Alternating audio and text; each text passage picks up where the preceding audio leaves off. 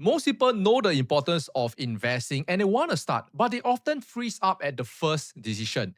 Which brokerage should I go with? What ETF should I buy? How much should I buy? How often should I invest? And in 2026, the market just got noisier. We have the US-Iran war, we have Trump doing all sorts of things, and we have the market that is going up higher and higher, and the fear of the AI bubble is coming back. And it gets even harder to push the button. And so today, I am going to walk you through exactly how I would build my first investment portfolio if I was starting all over again in 2026. And if you are just starting out to invest, this will be very useful for you. So be sure to watch till the end of the video. So let's get started. Before you buy a single stock or before you even get started on your investment journey, there are three main things that must be in place. The first one is you have to clear your debt, especially your high interest debt. So this is a non-negotiable. Okay. For example, credit card debt. Annually, a credit card debt is more than 20%, and it will just eat to any return that the market will give you. If you don't have this clear, you have to get it before you even start investing. So that's the first one. The second one is you must have your emergency fund ready for any worst case scenario. Okay. And the recommended amount is roughly 2 to 6 months, depending on your where you are in life. For example, if you have a family, if you have kids, you might want to set a higher buffer, probably 12 months. But if you are single, you're still young, probably 3 to 6 months. And the third one is to figure out once you have catered off your expenses, as well as the money that you have set aside for your entertainment, so on and so forth for every month, figure out a monthly investing budget that you can set aside diligently every single month for the next 10 years. Now, for the monthly budget, the number don't really matter. It can be $200, $500, or $1,000, depending on your income and how much you can save. What matters is you can keep showing up every month, setting aside that amount and invest into that stock market. Because the moment where it starts to hurt your daily life and you realize you cannot sustain that amount that you plan to invest, that's where you might quit at the worst possible time. So once I've gotten all my foundations set aside, the three things that you saw earlier, it's time to get your feet wet and begin investing. So how I will go about doing it, crafting my portfolio, is I will do this core satellite framework. Okay, so what is the difference between core and satellite? So core refers to the foundation, right? Broad market ETFs that will compound quietly forever for the long term in the next 20, 30 years. And this should be at the start 70 to 90% of your portfolio. And the next one is what I call the satellite, which ranges from 10 to 30%. Now, this is optional at the start and it involves individual stocks or thematic plays once your core is in place. Now, if you are a new beginner, if you are just starting out to invest, focus your attention on building the core first. Don't focus on building that 10 to 30% of your satellite until your core is set up and running smoothly for at least a year. Because the biggest mistake that I've seen people who are new to investing make is jumping straight into picking individual stocks because it feels exciting, right? It's like you're going to a shopping mall and selecting what you like. And then they wonder why their portfolio underperformed a broad market ETFs over the past 5 years. And don't forget, picking individual stocks often has its risk, because if it goes down, it is inherently more volatile and it might affect your confidence, especially if you are new to investing. Now, specifically for Singaporean investor, the smartest place to start, because there are many ETFs around the world, is going for Ireland-domiciled ETFs. And it's for two main reasons and both involve tax. Now, the first one is what I call dividend withholding tax, because if you buy a US domicile ETF like VOO, SPY, or IVV, we have a dividend withholding tax of 30%. Okay, and if we look at Ireland domicile ETFs like CSPX, VUAA, or VWRA, the dividend withholding tax is 50% lesser at 15%. Okay, that is the first one.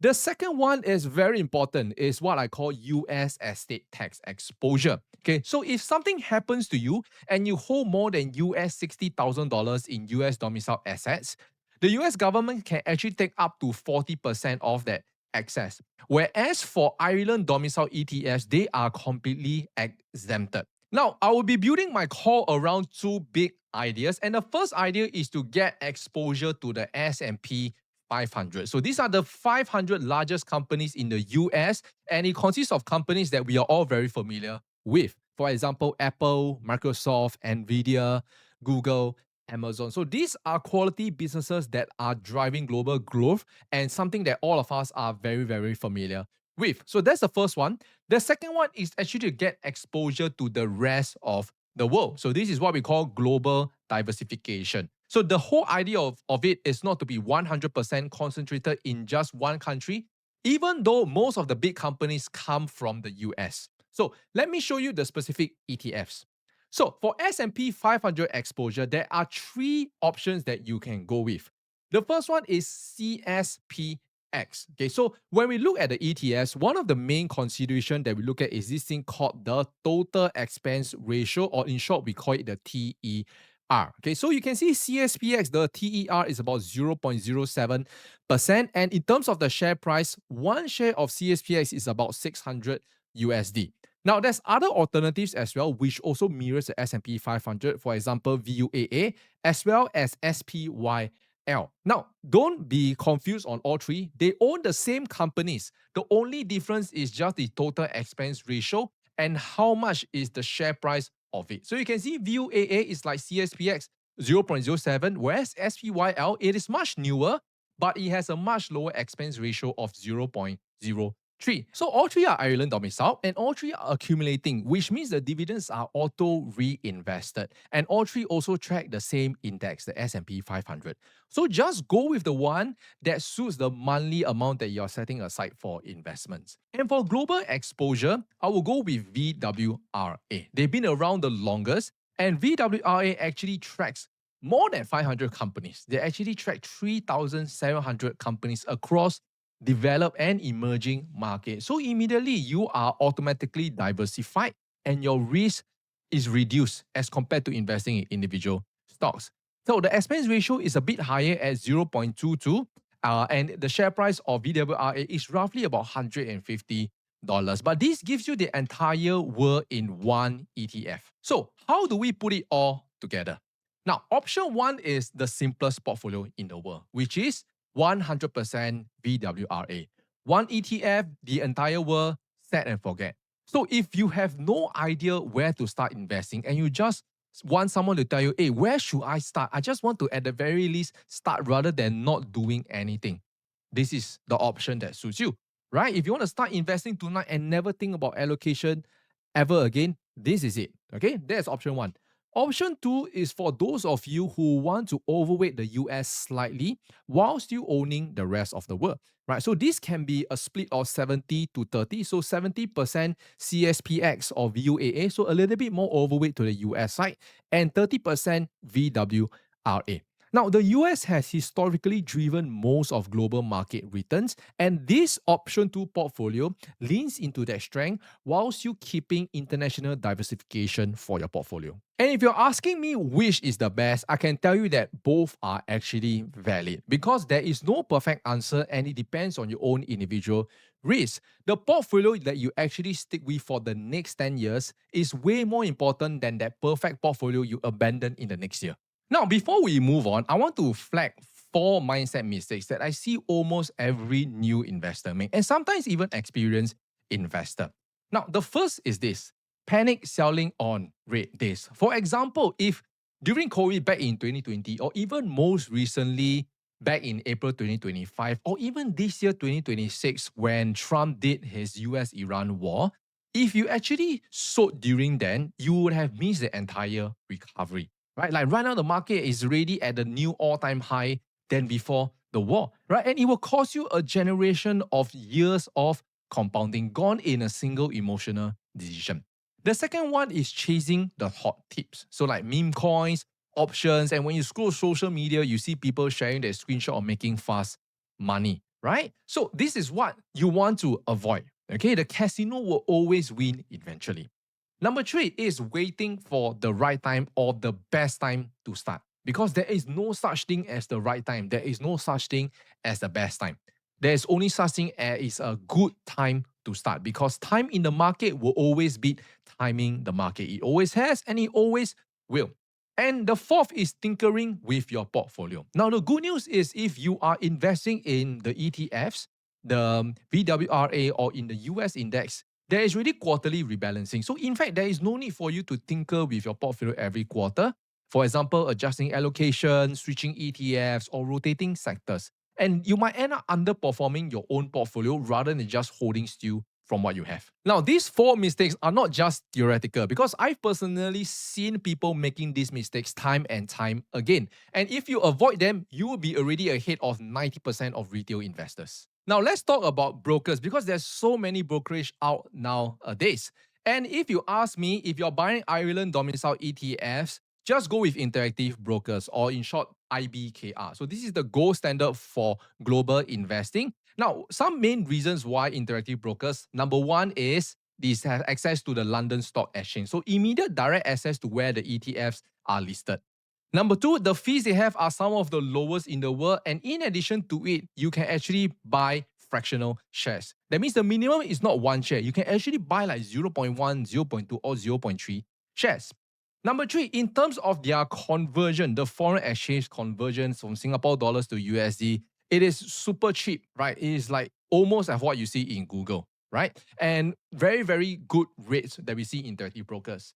Okay, and the last one is global reach. Now, it allows you to buy ETFs and stocks from over 150 markets. So this also factors in if in future you are investing in other markets. So now you have formed your core satellite portfolio and you know what brokerage that you can go for.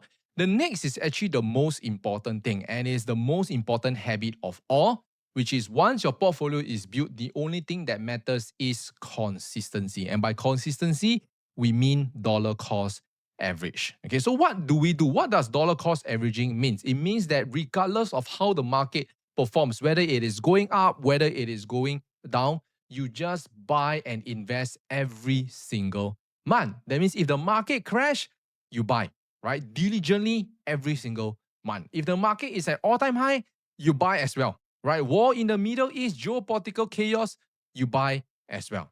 So one quick tip on frequency. If you are planning to dollar cost average more than, let's say, 500 USD per month, doing it every single month is fine. However, if your monthly amount that you set aside is lesser than that, right? That means you are planning to do maybe $100 to $200, planning out to be every 2 to 3 months instead, so you're not eaten up by transaction fees. And over 10 years, when you dollar cost average into broad market ETFs, it has built more wealth for everyday investor than any stock picking strategy ever has. It is boring, it is slow, but it is very effective. And here is why DCA actually works. When you look at the numbers, here is what $500 a month for 30 years actually look like. Now, on the first year, you might see that there isn't anything.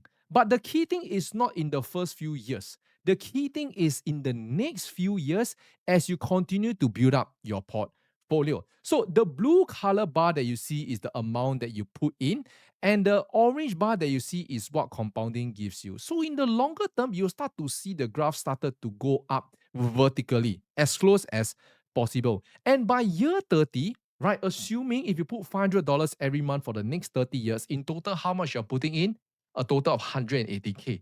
But if you do it diligently, you dollar cost average, you will be a millionaire. You will be sitting at over 1.1 million returns. And we are just talking about a 10% historical S&P 500 returns. And this is the magic of compounding. This is the magic of dollar cost averaging, of doing the boring thing long enough. Because at this conservative return, right, this is how much you'll be getting. You'll be a millionaire. And even if, let's say, you reduce the amount, like not 10%, maybe even 8%, the same 180K, right, will actually return 745K. Okay, so this is how you want to do it, because either way you go about doing it, if you DCA over the long run consistently, it will be life-changing for you. Now, before you celebrate, here is what's going to happen the moment you start, right? Because when you start this journey, you'll be receiving some questions from your friends. And if you're not ready with answers, I can tell you that you will start to second guess yourself, right? So here are some frequently asked questions that you might come across. The first one is, why not wait for the next market crash to buy? Now, my answer to it is time in the market beats timing it. There are studies that are actually being done to show that unlucky investor, if let's say you even bought at the all-time high of the market every single year, you would still be making money in the long term. The second question is this: isn't it too late to buy now that the market has run up? Now, let me share with you that you want the market to keep hitting new all-time highs, because if the market is not hitting new all-time highs, it means the economy is not doing well. And the market has hit several all-time highs, in fact, thousands of times. And every time it hit the new all-time high, it was someone saying that it was too late. And they were wrong. Okay. And the third question is, why so boring, right? There are so many other investments that you can do, like my friends make 5x on a meme coin.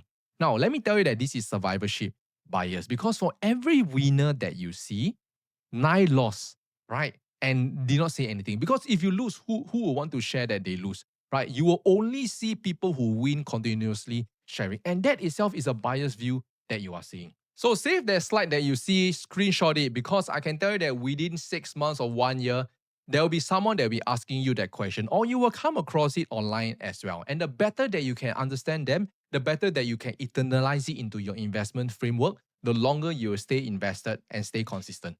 And by this point, you will have the full framework to actually start investing and crafting your own portfolio in 2026. What ETFs to go with, what brokerage to go, how to DCA, what to avoid, and how to handle pressure, right? But I can tell you that that is the easy part, right? Because anyone can do it in a single day, in a few hours. The hardest part is actually holding it for the next 10, 20, 30 years. Now, this is what Warren Buffett said in his latest AGM just last week. Right? He said that in his 60 years of investing, only about 5 of them were really juicy. Just 5 of them. Right? The greatest investor of all time is telling us this, that wealth building happens during the most boring years, and the years where there's nothing much to do. Right? The years where nothing exciting is happening, but you keep showing up anyway, that you keep being consistent. Right? The portfolio that I walk you through is not the smartest portfolio in the world, but it is something better. It is a very, very good starting point for any one of you starting out, and it's the one that you can actually hold. And down the road, right? Remember, as you gain more experience, you can adjust and move and build up your satellite portfolio from there. That's all that I have for you for today's video. I hope that it has helped you to figure out how to craft your first investment portfolio in 2026. So if you enjoy this kind of video, be sure to drop that like and subscribe down below. It will really help me to create more of such content for you. And I'll see you in the next one.